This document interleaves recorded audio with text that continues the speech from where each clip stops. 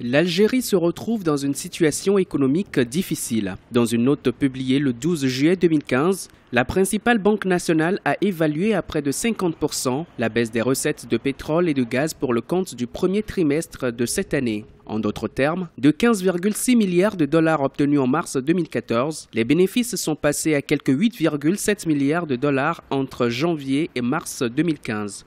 Une baisse de revenus qui, selon certains spécialistes, a été évidemment provoquée par la chute des cours de pétrole, sauf que l'Algérie n'est pas la seule victime. L'Algérie a un problème parce que le plan de développement algérien n'est pas aussi bien ficelé. L'effet de la baisse des recettes va se faire voir au niveau des investissements automatiquement. Deuxièmement, l'Algérie n'a pas constitué un fonds souverain, donc ce qui fait que l'Algérie va devoir d'abord équilibrer son budget, ce qui va être très difficile étant donné que les recettes autres que celles du pétrole sont difficiles à obtenir.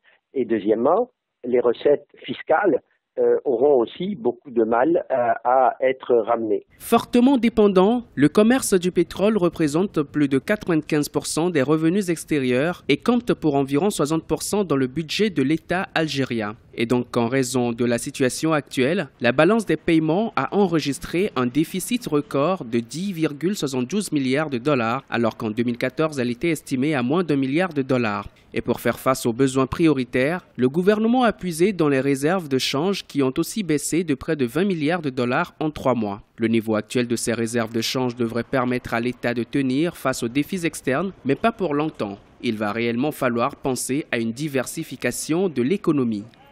S'ils avaient fait attention depuis quelques décennies, ils auraient créé un fonds séparé qui n'est pas géré par la Banque centrale. Et ce fonds-là aurait été là pour aider l'Algérie pendant les années difficiles. Donc les réserves de change, si on regarde combien de jours d'importation il couvre, on trouve qu'il n'est pas très confortable. Il n'est pas mirifique. La situation que traverse l'Algérie semble inquiétante. Le gouvernement devrait poursuivre ses ajustements, estiment les économistes. Ces derniers en veulent pour preuve la série de mesures prises depuis début 2015, notamment l'obligation de paiement par chèque, la révision de la subvention au carburant, la régulation du commerce extérieur ou encore la réduction des importations.